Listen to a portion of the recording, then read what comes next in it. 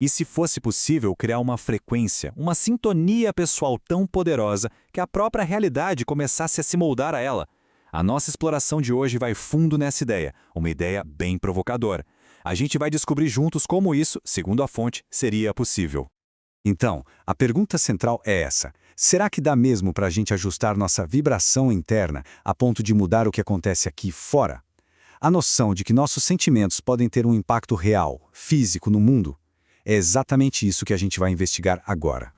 Para a gente conseguir desvendar essa ideia, nosso caminho vai ter 6 paradas. A gente começa entendendo o que é o tal poder da frequência.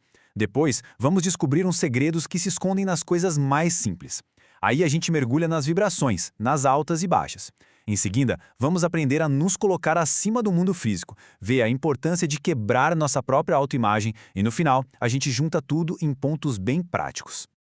Então vamos começar pelo começo, né? Pela base de tudo, a frequência. A teoria aqui é que criar uma frequência interna específica é o primeiríssimo passo para qualquer mudança de verdade. Mas o que raios isso significa na prática?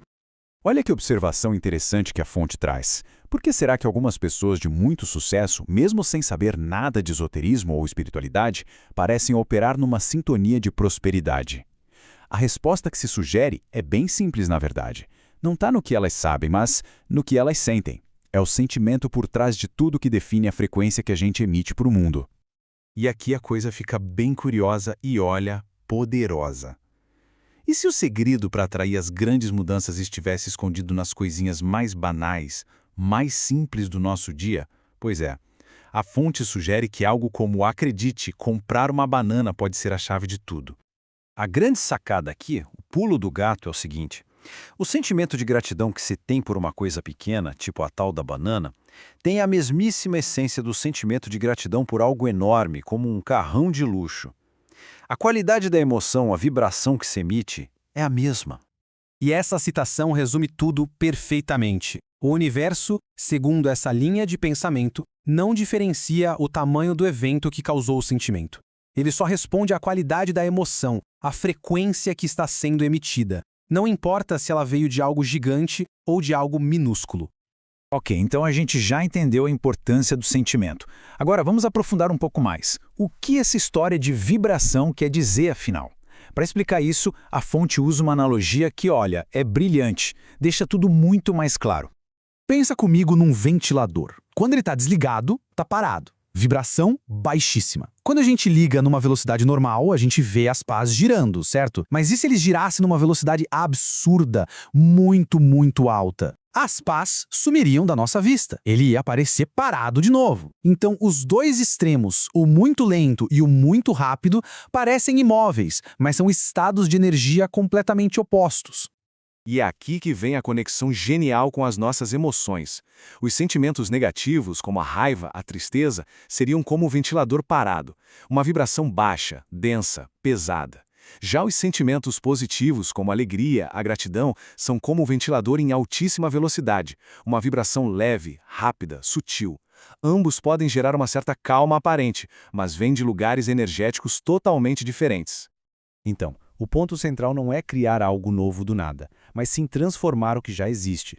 A fonte usa uma metáfora bem forte. Assim como a comida se transforma dentro do nosso corpo, a energia de um sentimento negativo pode ser transformada em um sentimento positivo. É a mesma matéria, a mesma energia, só que num estado vibracional diferente. Agora a gente vai para um conceito que pode de verdade virar uma chave na nossa percepção. A ideia é que o mundo físico, com todos os seus problemas e desafios, não é a realidade final. O poder de verdade estaria em operar a partir de um plano interno, um lugar acima dessas preocupações do dia a dia. Para ilustrar isso, a fonte usa a famosa passagem de Pedro andando sobre as águas. Nessa analogia, Jesus simboliza o nosso foco interno, o nosso espírito, a nossa certeza. A água representa o mundo material, as contas para pagar, os problemas. E Pedro, que representa cada um de nós, só começa a afundar no exato momento em que ele tira os olhos de Jesus e começa a olhar para as ondas, para o vento, ou seja, para os problemas externos. A lição aqui é poderosa demais. Cada pessoa é a causa e não o efeito da própria vida. É o nosso estado interno que cria a nossa realidade de fora, e não o contrário. A chave, então, é manter o foco nesse poder interior. é andar acima das águas das circunstâncias.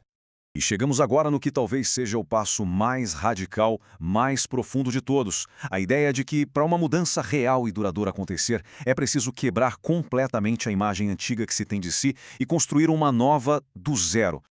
Essa é uma frase forte, né? Chega a ser chocante. Mas o que ela quer dizer de verdade?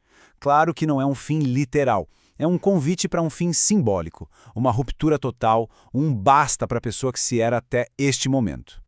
A proposta, portanto, é uma espécie de morte psicológica do antigo eu. Por exemplo, se alguém se vê como uma pessoa medrosa, a ideia não é ficar lutando contra o medo, é abandonar de vez a identidade de pessoa medrosa e começar a viver e a se sentir como uma pessoa corajosa. A verdadeira transformação não viria da briga contra as nossas fraquezas, mas sim da integração delas. A fonte interpreta a famosa frase "ame o seu inimigo" como um convite para a gente amar aquelas partes de nós que a gente rejeita, que a gente tenta esconder. Ao jogar luz nessas sombras, a gente as integra e cria uma identidade nova, muito mais forte e completa. Bom, depois de tudo isso, como é que a gente amarra esses conceitos todos? Vamos resumir tudo em 5 pilares bem práticos, quase como um guia para construir essa frequência imbatível.